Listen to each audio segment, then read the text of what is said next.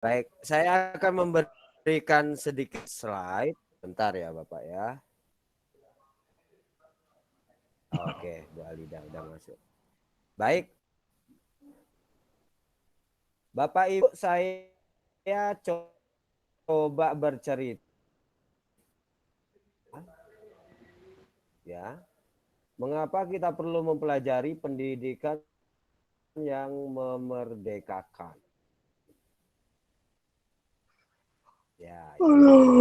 Ya, karena ya, Bapak Ibu, karena kita sedang mengembalikan pembelajaran di Indonesia ke filosofi pendidikan KHD atau Ki Hajar Dewantara. Nah, itu. Nah, ini Bapak Ibu yang Bapak Ibu pelajari saat ini baru tahap awal.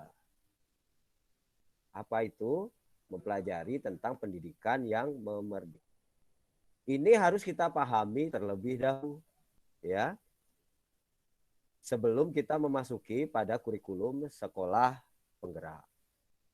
Jadi, kalau di kurikulum sekolah penggerak itu apa, Bapak Ibu kan eh, sedikit banyak sudah apa ya sudah membaca ya, bahwa itu adalah transformasi ya, proses transformasi sekolah-sekolah Bapak Ibu guna guna untuk dapat meningkatkan capaian. Nah, kalau sekarang capaian hasil belajar serta didik ya, baik itu kompetensi kognitif dari literasi dan numerasi maupun non kognitif. Non kognitif itu apa? Non kognitif itu karakter ya, untuk yang gunanya untuk mewujudkan apa yang namanya PPP, profil pelajar Pancasila. Itu kurang lebihnya seperti itu. Nah, setelah Bapak Ibu memahami filosofi dari pendidikan yang memerdekakan, itu nanti kita akan bersama-sama Bapak Ibu mengetahui apa yang menjadi tujuan pendidikan nasional. Yang sudah kita bahas itu semua tercermin dalam profil pelajar Pancasila. Apa yang kemarin Bapak sudah pelajari dan Bapak sudah baca itu adalah pendidikan yang merdeka, ya. Kemudian pendidikan yang berhamba pada anak, nah, bila masih ingat. Kemudian yang menuntun pada kodrat anak, tentunya Bapak yang teaching at the right level.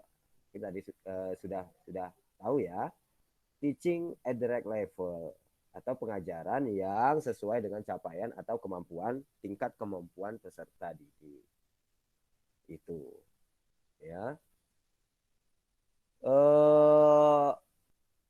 Mengenai teaching at the right level, jika Bapak Ibu sudah merasa bahwa itu perlu dilakukan, berarti Bapak Ibu telah berada di jalur yang benar. Ini harapannya. Karena apa? Karena pembelajaran yang akan kita lakukan esok itu adalah pembelajaran yang berpusat pada peserta. Nah, makanya kita harus mengenali peserta didik itu terlebih dahulu. Apa saja potensinya Bapak Ibu, karakteristiknya, kebutuhannya, keunikannya.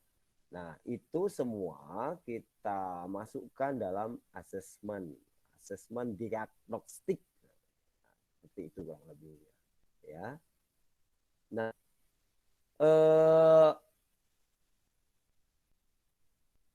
makanya dengan demi mencapai tujuan nasional, ya,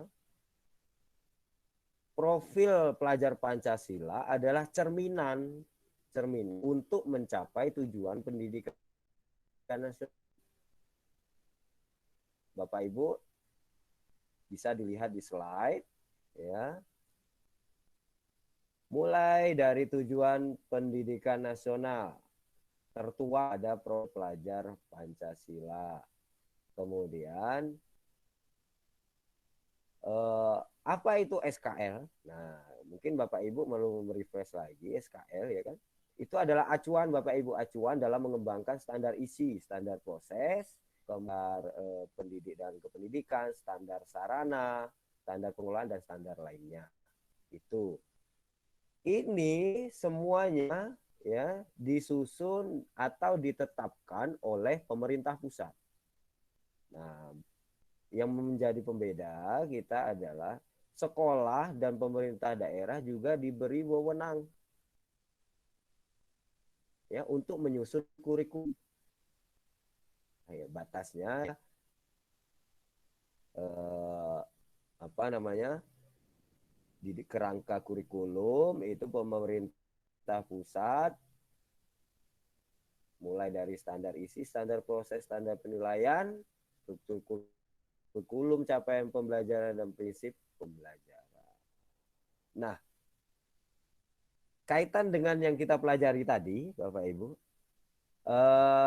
Bapak Ibu telah menyusun apa yang menjadi keunggulan-keunggulan di sekolah Bapak Ibu. Yang nantinya nanti mengarah pada profil pelajar Pancasila.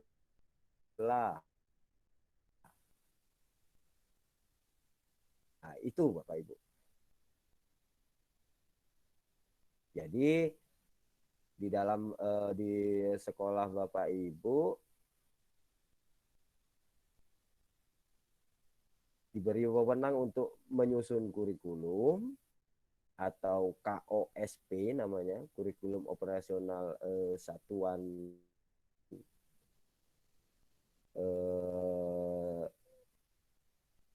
satuan pendidikan. Bapak Ibu nanti ikut serta diminta menyusun seperti itu. Nah, profil kita sering kali ya profil pelajar Pancasila. Profil pelajar Pancasila. Apa saja kira-kira profil pelajar Pancasila Bapak Ibu? Nah, tadi sudah kita diskusikan. Bagaimana cara mewujudkannya? Ya. Profil pelajar Pancasila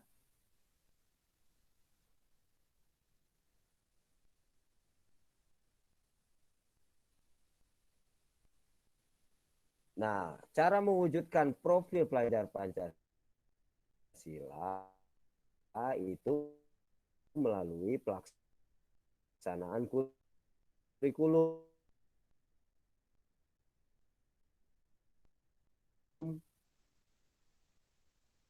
Kurikulum yang nantinya disusun berdasarkan profil yang ingin dituju. Ya, profil yang ingin dituju. Sekolah mengembangkan profil tersebut berdasarkan data-data yang dimiliki oleh sekolah. Contoh ini ya. Contoh di sekolah saya ini mengenai profil pelajar Pancasila, saya ingin kuatkan di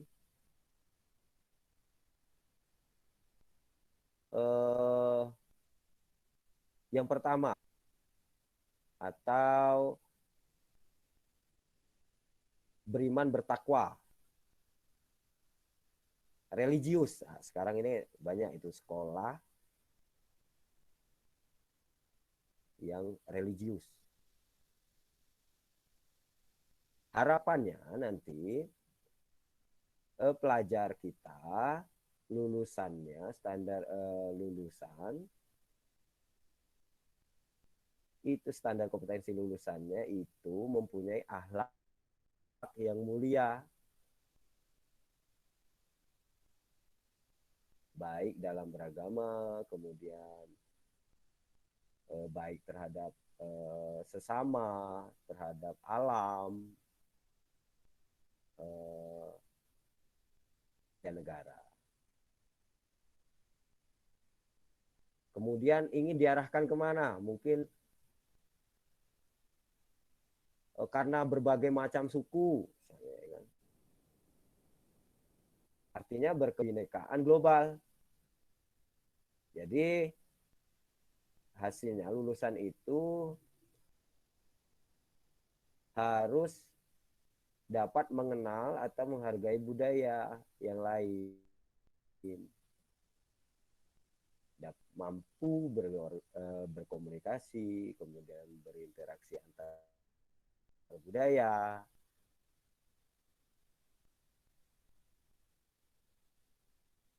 berefleksi, dan bertanggung jawab.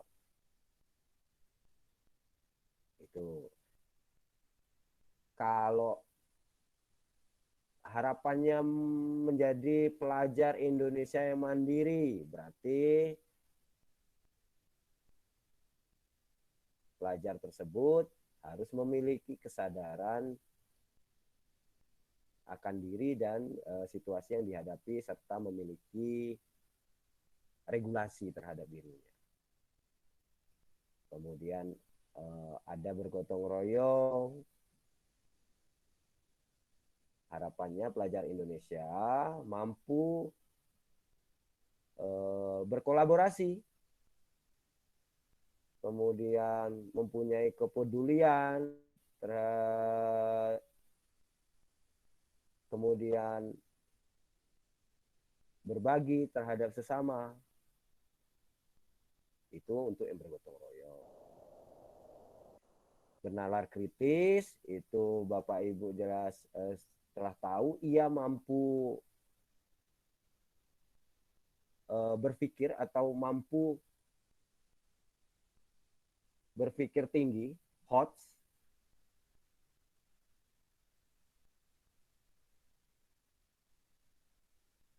high order thinking skill,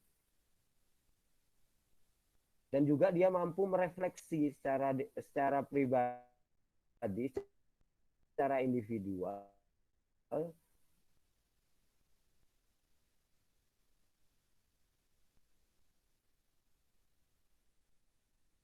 lulusan pelajar Indonesia itu mampu merefleksi pemikirannya, dan bila itu ingin kreatif, pelajar Indonesia diharapkan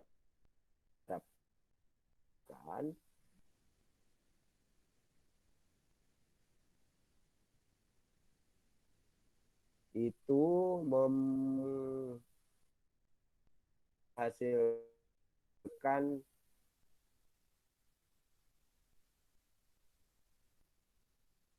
sebuah gagasan, ide-ide, karya-karya. Nah, itu bila keinginan ke arah profil pelajar Pancasila yang